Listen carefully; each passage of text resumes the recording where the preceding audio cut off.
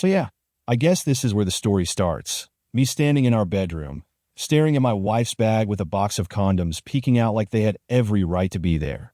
Let me rewind a bit, though. This wasn't something I went looking for, okay? I wasn't snooping, not in the traditional sense, at least.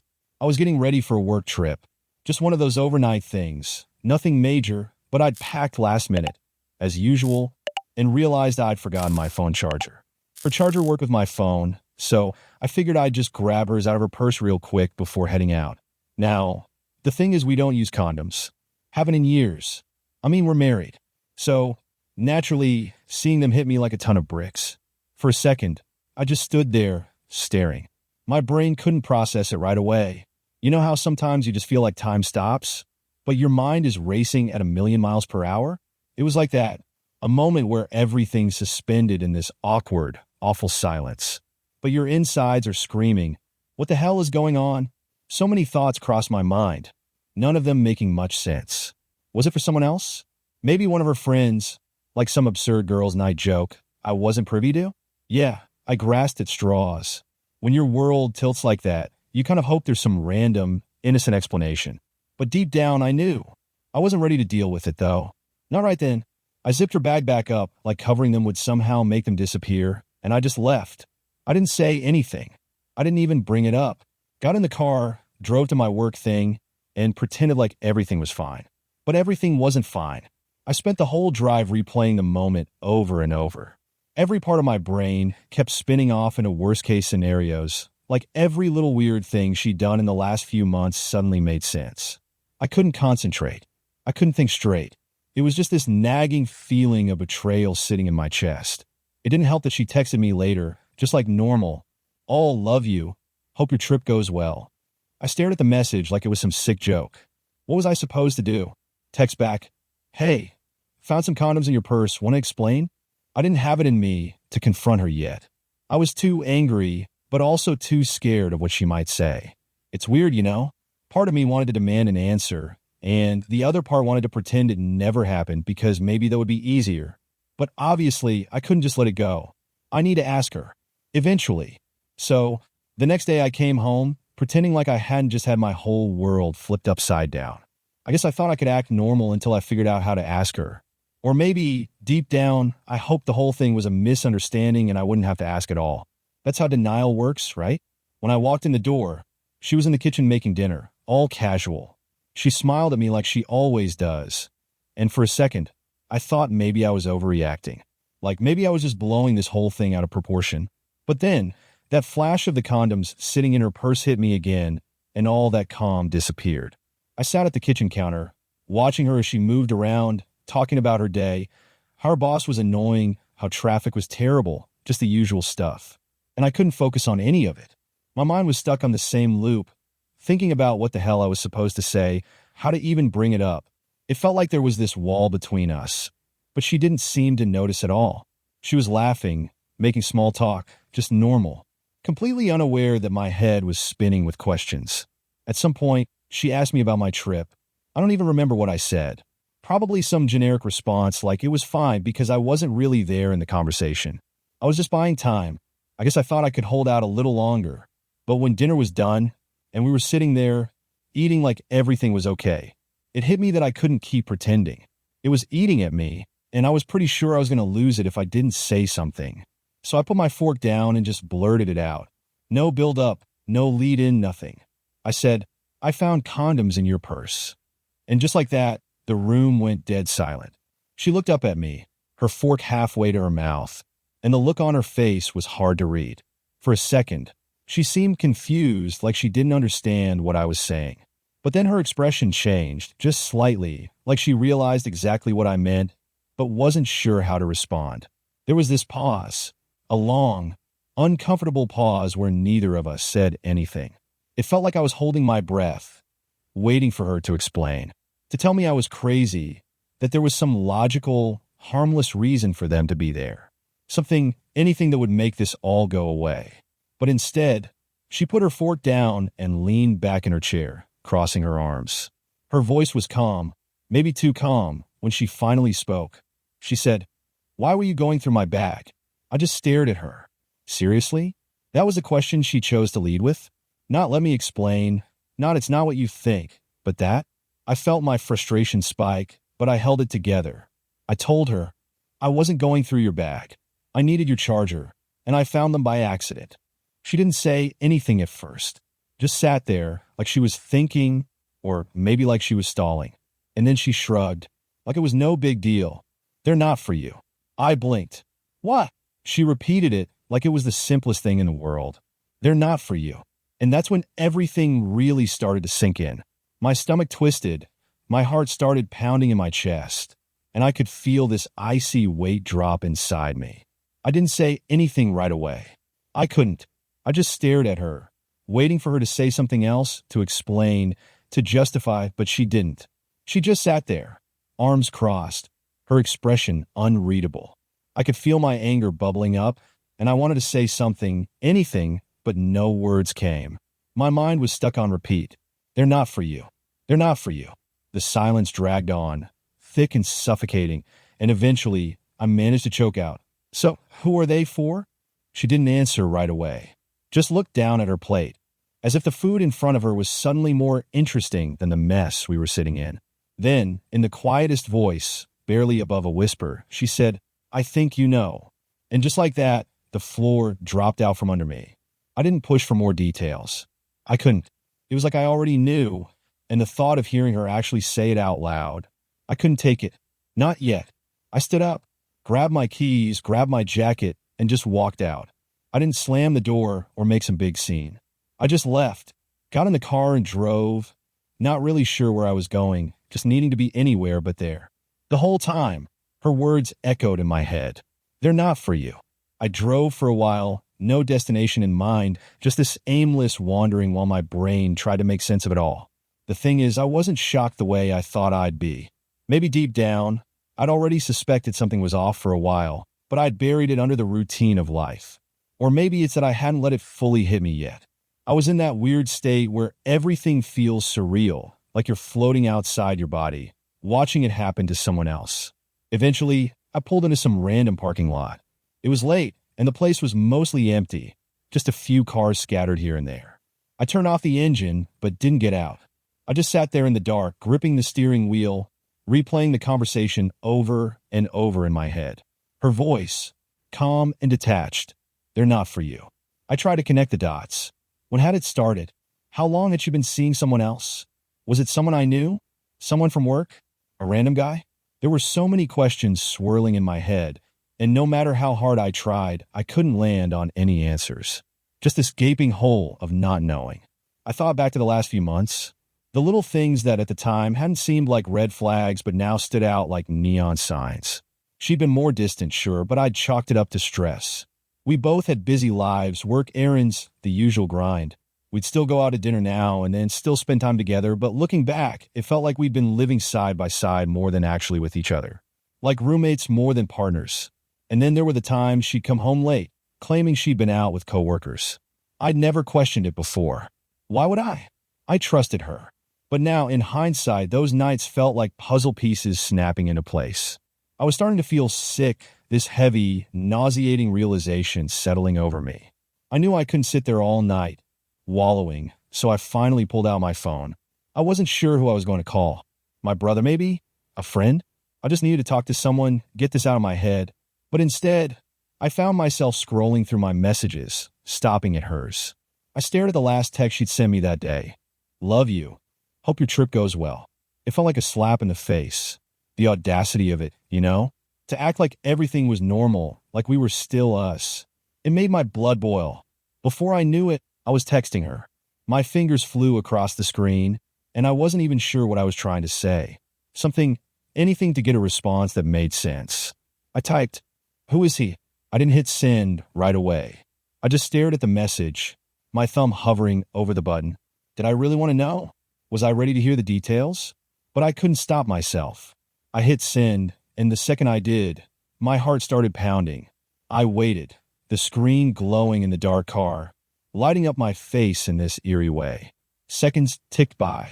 No response. I locked my phone, tossed it onto the passenger seat, and leaned back, running my hands over my face. I don't know why I expected her to answer right away. Maybe I thought she was sitting there, phone in hand, waiting for me to ask. But the minutes stretched on with nothing. After what felt like forever, my phone finally buzzed. I grabbed it, heart racing, hands slightly shaking. Her reply was short. Too short. She'd written, "It doesn't matter." That was it. It doesn't matter. I wanted to throw my phone out the window. I wanted to scream. I wanted to do anything to get that rising frustration out of my chest. But instead, I just sat there, staring at those 3 words. How could she say it didn't matter? It mattered to me. It mattered a lot. I felt this wave of anger wash over me. But underneath it, there was something else, something worse. A kind of helplessness, like no matter what I said or did, the outcome wouldn't change. She'd already made her decision. She'd already checked out. I texted back, my fingers moving before my brain could catch up. It matters to me. I stared at the screen again, waiting for her to say something. Anything that would make me feel like I wasn't completely losing my grip on everything. The phone stayed silent for a while. Maybe 5 minutes? Maybe more? I don't know. Time felt weird. Then, finally, another buzz. Her reply. "I'm sorry. I didn't mean for it to happen this way." And that's when it hit me. This wasn't just some fling. It wasn't just a mistake she was going to apologize for and promise never to repeat. No, this was something deeper. Something that had already gone too far. I didn't know what to say anymore. Didn't know how to respond to a half-hearted apology for blowing up our entire life. So I didn't text back. I just sat there in the dark, feeling like everything was falling apart around me, and there was nothing I could do to stop it. At some point, I must have driven home, though I don't remember much of the drive. When I got back, the house was dark. She was already in bed, or at least pretending to be. I didn't go in. I crashed on the couch, staring at the ceiling, wondering how the hell we'd gotten here. And that's how I spent the night, lying there in the quiet, with her words echoing in my head. It doesn't matter. I'm sorry. But no matter how many times I replayed it, none of it made sense. The next morning was awkward. That's probably the understatement of the year. When I woke up on the couch, my back was killing me, and I could hear her moving around in the kitchen. Part of me thought she'd come over and say something, anything to acknowledge what happened last night. But she didn't. I could hear her going about her usual morning routine, coffee brewing, dishes clinking like everything was perfectly normal. It felt surreal, like we were both stuck in some weird limbo. I lay there for a few minutes, trying to gather myself, but I couldn't put it off forever. Eventually, I got up, dragged myself into the kitchen. She was standing by the counter, scrolling through her phone, a mug of coffee in hand. She didn't even look up when I walked in, just gave me this quiet morning, like she was talking to a stranger. I couldn't deal with the small talk, not after everything. So I skipped the pleasantries and just asked, "Are you going to tell me what's going on?" My voice came out sharper than I intended, but I was beyond tiptoeing around this. She didn't respond right away, just kept staring at her phone like it held the answers to the universe or something. Then, after what felt like an eternity, she finally put it down and looked at me. Her face was calm, unreadable, like she'd already made peace with whatever was happening, while I was standing there, barely holding it together. "I don't think this is something we can fix," she said just like that. No emotion, no hesitation. It was like she was reading off a grocery list. I felt the words hit me like a punch in the gut. "You don't think we can fix this?" I repeated, more to myself than to her. "What do you mean?" She sighed, finally setting the coffee cup down and crossing her arms. "I'm not happy," she said matter-of-factly. "I haven't been for a while, and I'm sorry for how you found out. I really am. But I don't think this, us, is working anymore." I just stood there, staring at her, trying to process what she was saying. It was like the conversation from the night before was playing out all over again, but this time, it felt more final. Like she was confirming what I hadn't wanted to admit to myself. "Is it because of him?"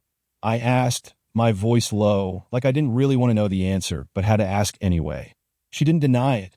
She didn't try to deflect or lie or make excuses. She just nodded. "Yeah," she said softly. "It's partly that, but it's not just about him. It's about everything.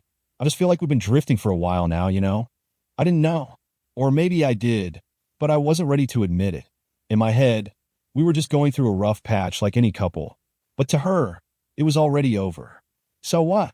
I asked, my frustration creeping into my voice. "You've already decided this, is it? You're done with us?" She didn't flinch, didn't get defensive. She just looked sad. "I don't know," she said. I don't know what I want right now, but I know I can't keep living like this, pretending everything's fine when it's not. Pretending. That word stung more than it should have. Because, yeah, maybe I've been pretending too. Pretending we were okay, that the cracks in our relationship weren't as deep as they really were. But it still felt like she was giving up, walking away without even trying to fight for what we had. I would have fought for us, I said, and I could hear the bitterness in my voice, even if I didn't mean it to come out that way. I still would fight for us, if you wanted me to.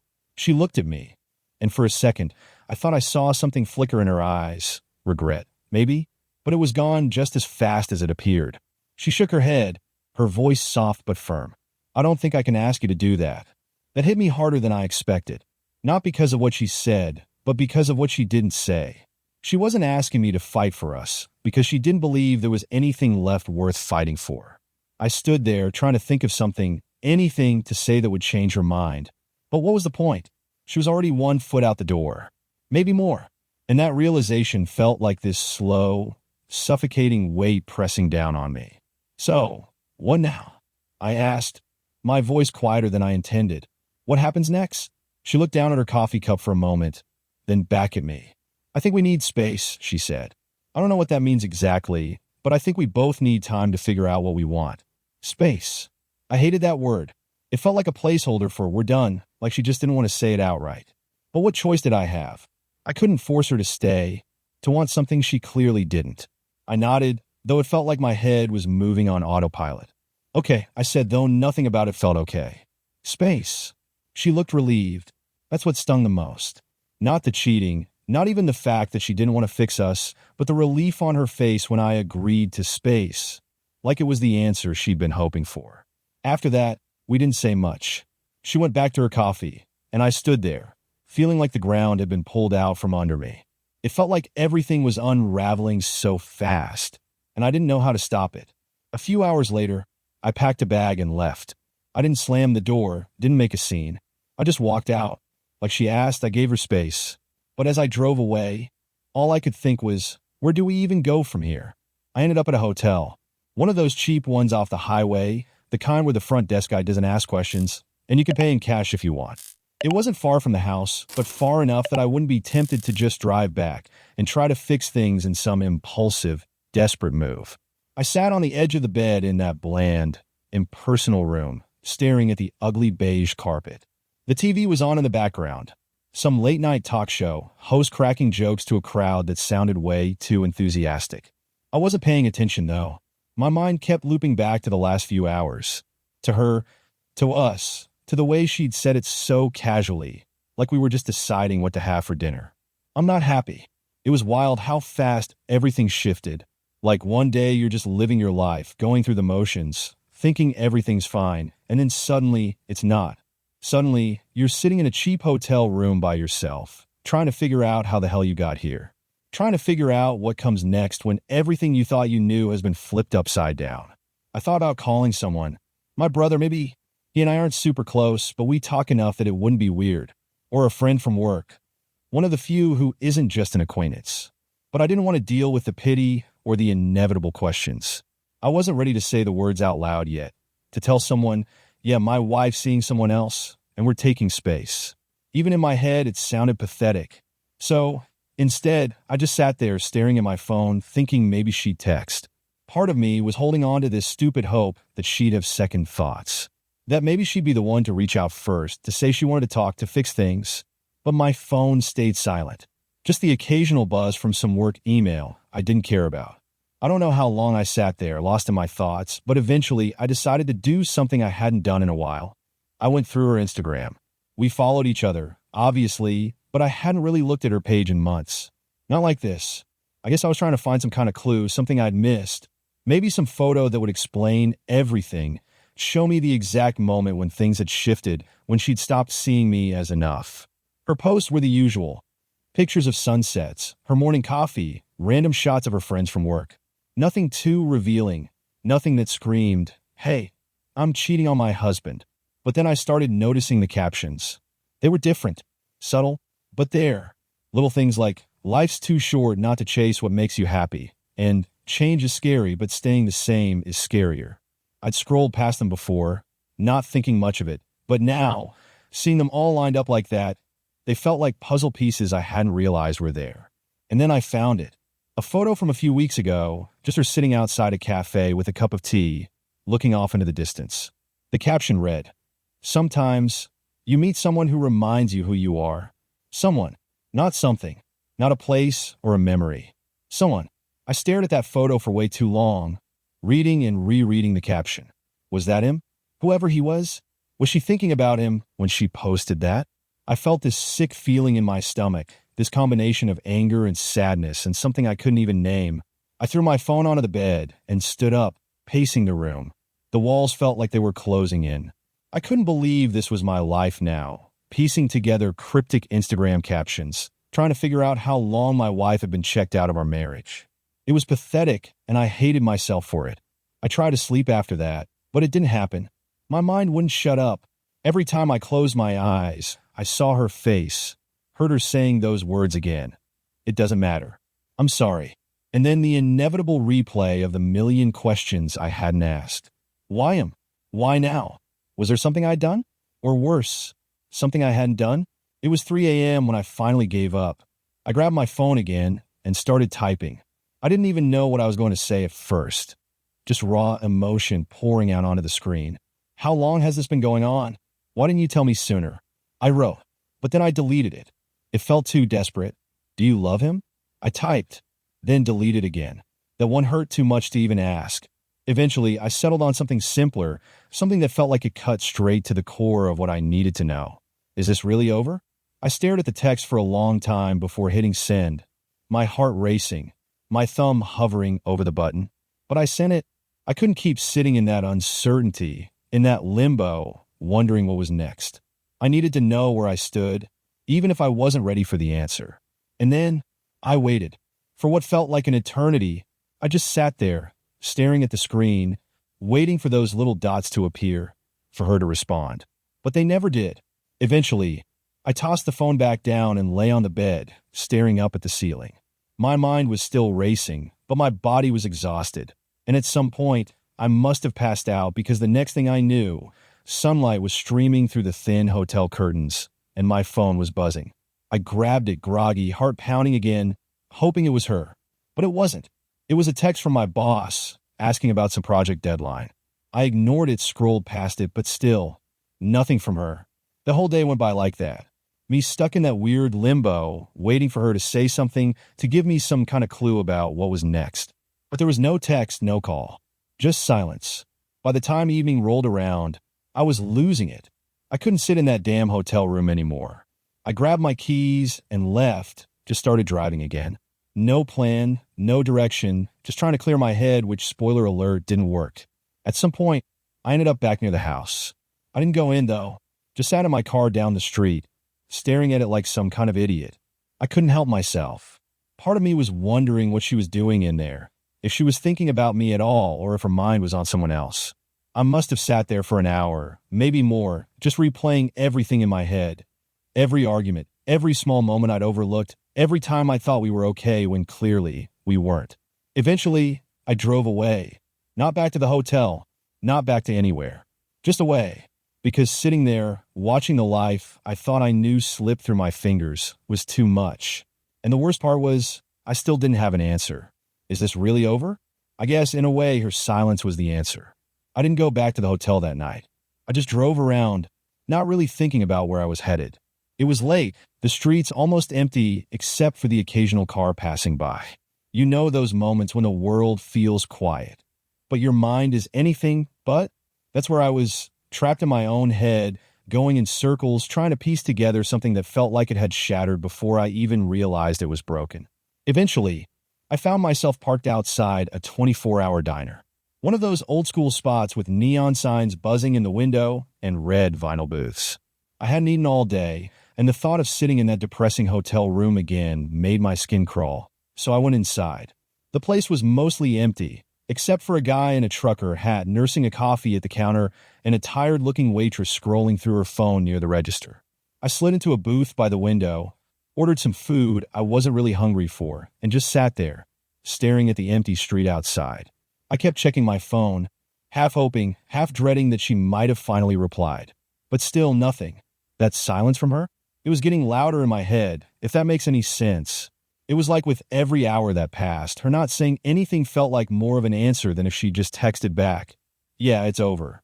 The waitress brought me my food, a burger and fries, something I ordered out of habit more than anything. And I picked at it, not really tasting it.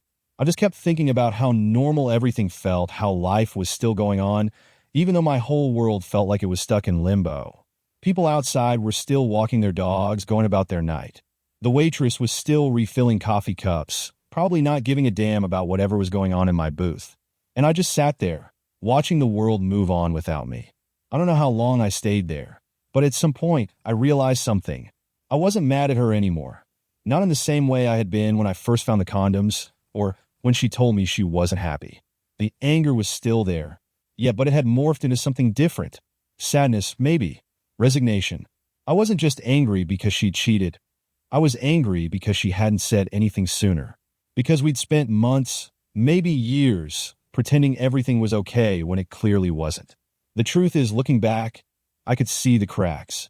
They weren't huge at first, just little things. She stopped asking how my day was. We started spending more time apart, even when we were together.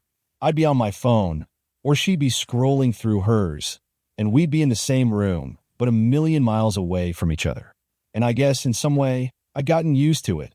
Maybe I thought that's just what happens after you've been together for a while. You settle into this routine, and maybe things aren't as exciting as they used to be, but that's normal, right? Except it wasn't. Not for her, at least. I paid for my food, left a tip, and walked back out to my car, still feeling like I was floating outside my own life. I hadn't made a decision about what to do yet, hadn't even figured out where I was going to sleep that night. But I knew one thing.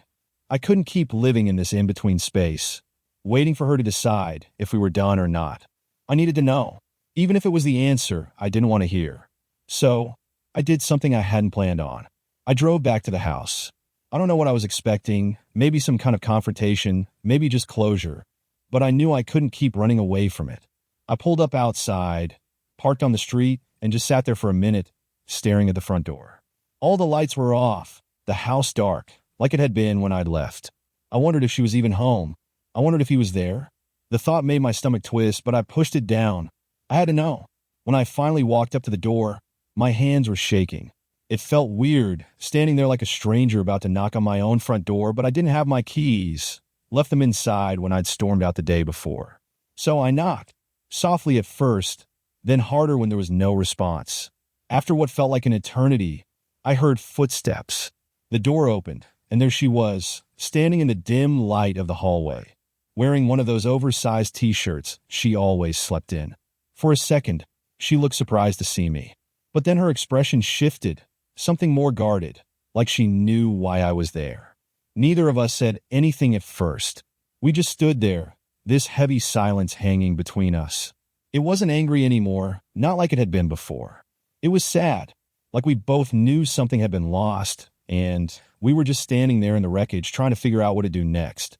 "I didn't know you were coming back," she finally said, her voice quiet. "I wasn't planning to," I replied, my throat tight. "But I couldn't just leave it like this." She stepped aside, letting me in. I walked into the living room, the familiar space suddenly feeling strange, like I didn't belong there anymore. I sat down on the couch, the same spot where I'd slept last night, and she sat across from me, pulling her knees up to her chest like she was bracing herself. "I need to know," I said, cutting straight to the point. I couldn't dance around it anymore. "Is this really over?" She didn't answer right away. Her eyes dropped to the floor, and I could see her biting her lip, like she was struggling to find the right words. The silence stretched on, and with every passing second, I felt like I was holding my breath, waiting for the final blow. "I don't know," she finally whispered, and it felt like a punch to the gut. "I'm so confused right now. I didn't plan for any of this to happen. I didn't plan to hurt you. But you did," I said, and I wasn't trying to sound harsh, but it came out that way. "You hurt me, and now I'm sitting here, trying to figure out if there's even anything left for us to save." She wiped at her eyes, tears starting to form.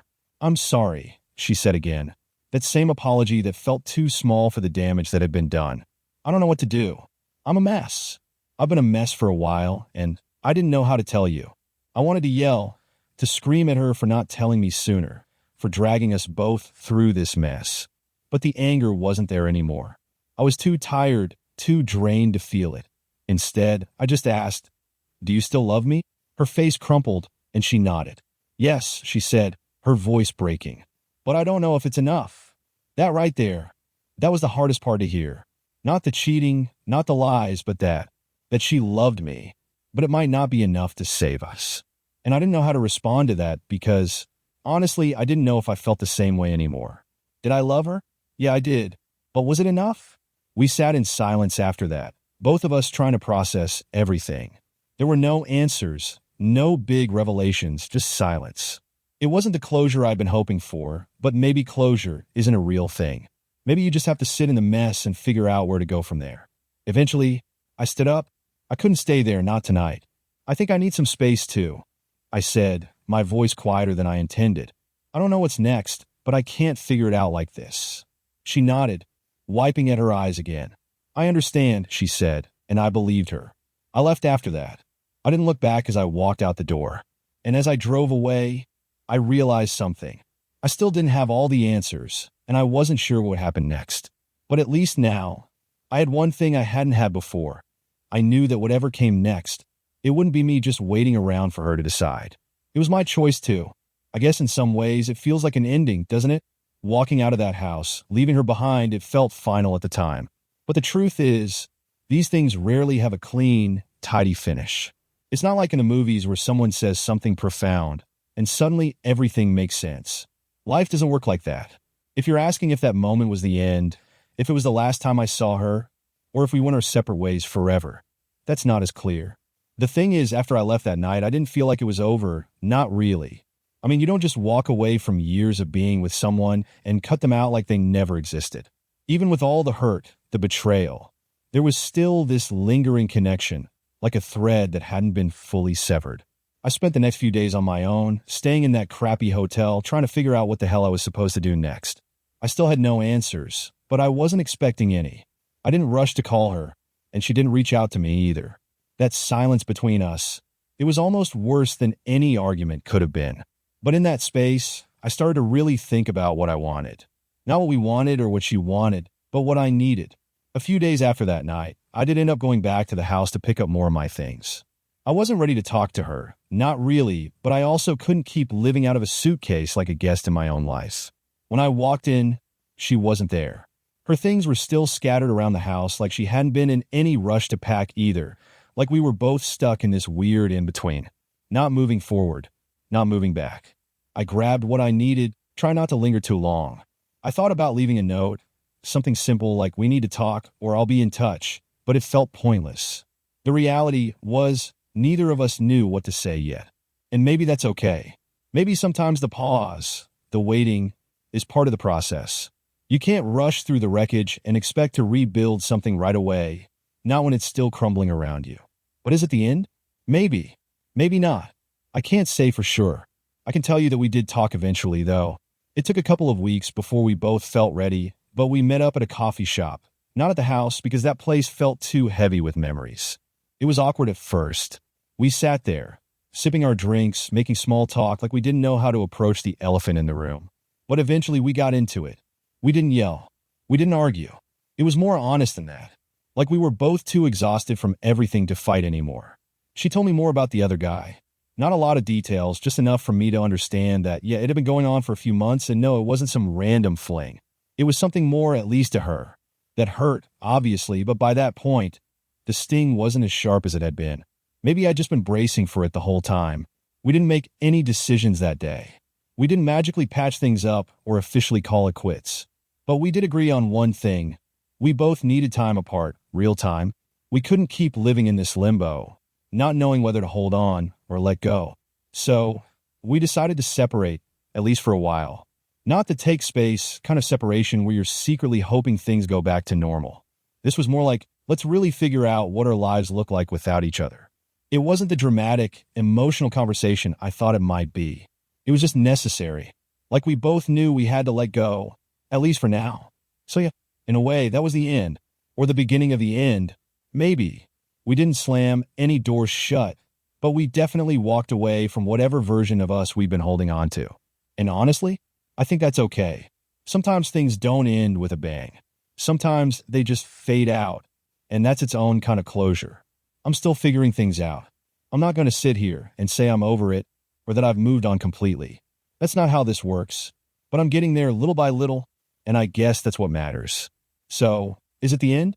Maybe not in the dramatic, final sense, but for now, it feels like the right kind of end, the kind where you can start something new, whatever that might be. Thanks for watching, and don't forget to like and subscribe. New cheating wife stories tomorrow.